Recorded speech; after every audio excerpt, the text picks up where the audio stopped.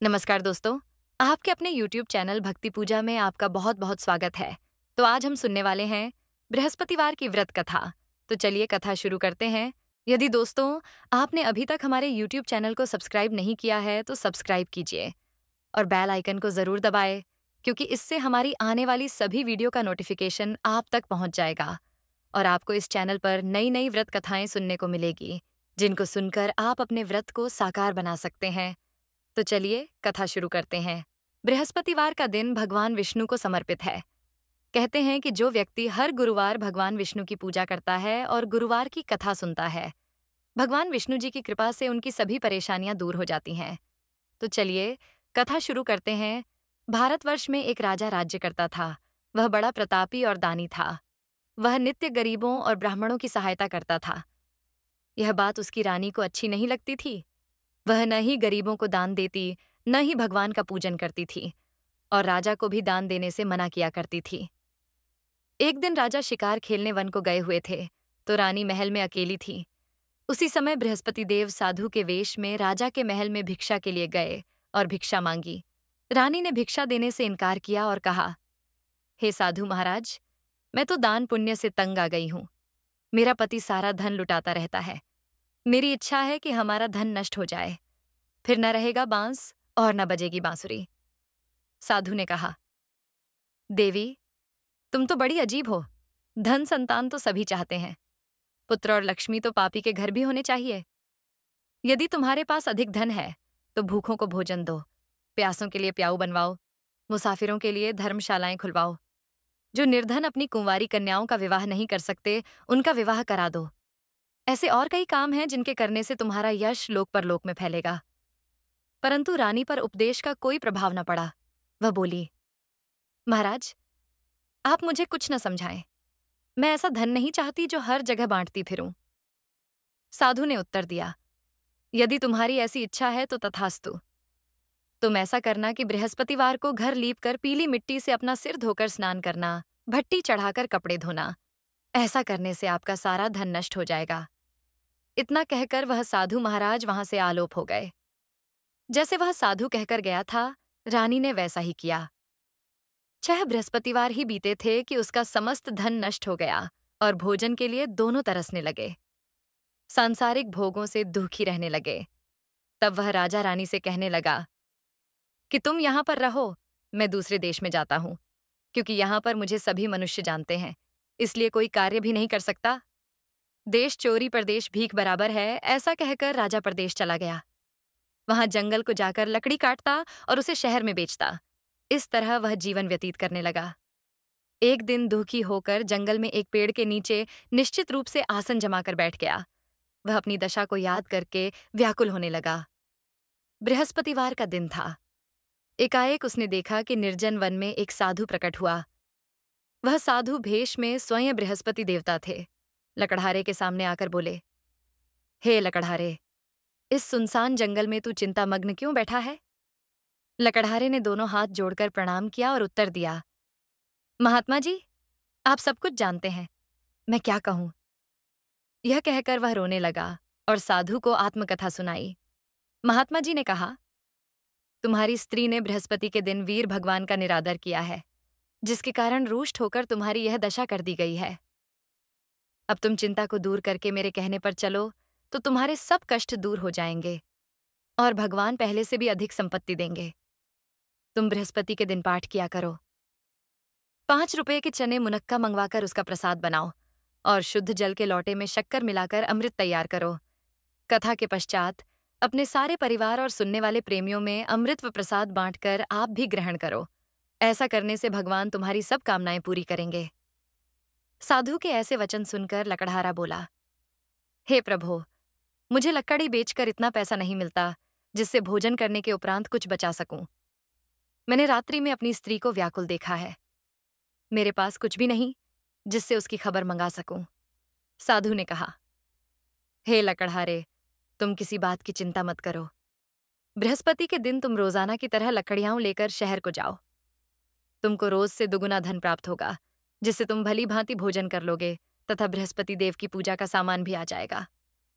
इतना कहकर साधु अंतर ध्यान हो गए। धीरे धीरे समय व्यतीत होने पर फिर वही बृहस्पतिवार का दिन आया। लकड़हारा जंगल से लकड़ी काटकर किसी शहर में बेचने गया। उसे उस दिन और दिन से अधिक पैसा मिला। राजा ने चना गुड़ आदि लाकर गुरुवार का व्रत किया। उस दिन से उसके सभी क्लेश दूर हुए, परंतु जब दोबारा गुरुवार का दिन आया तो बृहस्पतिवार का व्रत करना भूल गया। इस कारण बृहस्पति भगवान नाराज हो गए। उस दिन से उस नगर के राजा ने विशाल यज्ञ का आयोजन किया तथा शहर में यह घोषणा करा दी कि कोई भी मनुष्य अपने घर में भोजन न बनावे, न आग जलावे। समस्त जनता मेरे यहाँ भोजन करने आवे। इस आज्ञा को जो न मानेगा उसके लिए फांसी की सजा दी जाएगी। इस तरह की घोषणा संपूर्ण नगर में करवा दी गई। राजा की आज्ञानुसार शहर के सभी लोग भोजन करने गए, लेकिन लकड़हारा कुछ देर से पहुंचा, इसलिए राजा उसको अपने साथ घर लेवा ले गए और ले जाकर भोजन करा रहे थे तो रानी की दृष्टि उस खूंटी पर पड़ी जिस पर उसका हार लटका हुआ था। वह वहां पर दिखाई न दिया। रानी ने निश्चय किया कि मेरा हार इस मनुष्य ने चुरा लिया है। उसी समय पुलिस को बुलाकर उसको जेल खाने में डलवा दिया। जब लकड़हारा जेल खाने में पड़ गया और बहुत दुखी होकर विचार करने लगा कि न जाने कौन से पूर्व जन्म के कर्म से मेरे लिए दुख प्राप्त हुआ है, और उसी साधु को याद करने लगा जो कि जंगल में मिला था। उसी समय तत्काल बृहस्पति देव साधु के रूप में प्रकट हो और उसकी दशा को देखकर कहने लगे, अरे मूर्ख, तूने बृहस्पति देव की कथा नहीं करी, इस कारण तुझे दुख प्राप्त हुआ है। अब चिंता मत कर, बृहस्पतिवार के दिन जेल खाने के दरवाजे पर 4 पैसे पड़े मिलेंगे। उनसे तू बृहस्पति देव की पूजा करना, तेरे सभी कष्ट दूर हो जाएंगे। बृहस्पति के रोज उसे 4 पैसे मिले। लकड़हारे ने कथा कही। उसी रात्रि को बृहस्पति देव ने उस नगर के राजा को स्वप्न में कहा, हे राजा, तुमने जिस आदमी को जेल खाने में बंद कर दिया है वह निर्दोष है। वह राजा है, उसे छोड़ देना। रानी का हार उसी खूंटी पर लटका है। अगर तू ऐसा नहीं करेगा तो मैं तेरे राज्य को नष्ट कर दूंगा। इस तरह रात्रि के स्वप्न को देखकर राजा प्रातःकाल उठा और खूंटी पर हार देखकर लकड़हारे को बुलाकर क्षमा मांगी तथा लकड़हारे को योग्य सुंदर वस्त्र व आभूषण देकर विदा किया तथा बृहस्पति देव की आज्ञानुसार लकड़हारा अपने नगर को चल दिया। राजा जब अपने नगर के निकट पहुंचा तो उसे बड़ा आश्चर्य हुआ। नगर में पहले से अधिक बाग, तालाब और कुएं तथा बहुत सी धर्मशाला, मंदिर आदि बन गई हैं। राजा ने पूछा, यह किसका बाग और धर्मशाला है? तब नगर के सब लोग कहने लगे, यह सब रानी और बांदी के हैं। तो राजा को आश्चर्य हुआ और गुस्सा भी आया। जब रानी ने यह खबर सुनी कि राजा आ रहे हैं, तो उसने बांदी से कहा कि हे दासी, देख, राजा हमको कितनी बुरी हालत में छोड़ गए थे। हमारी ऐसी हालत देखकर वह लौट न जाए, इसलिए तू दरवाजे पर खड़ी हो जा। आज्ञानुसार दासी दरवाजे पर खड़ी हो गई। राजा आए तो उन्हें अपने साथ लिवा लाई। तब उन्होंने कहा, हमें यह सब धन बृहस्पति देव के इस व्रत के प्रभाव से प्राप्त हुआ है। राजा ने निश्चय किया कि 7 रोज बाद तो सभी बृहस्पति देव का पूजन करते हैं, परंतु रोजाना दिन में 3 बार कहानी कहा करूंगा, रोज व्रत किया करूंगा। अब हर समय राजा के दुपट्टे में चने की दाल बंधी रहती तथा दिन में 3 बार कहानी कहता। एक रोज राजा ने विचार किया कि चलो अपनी बहन के यहाँ हो आवें। इस तरह निश्चय कर राजा घोड़े पर सवार हो अपनी बहन के यहाँ को चलने लगा। मार्ग में उसने देखा कि कुछ आदमी एक मुर्दे को लिए जा रहे हैं।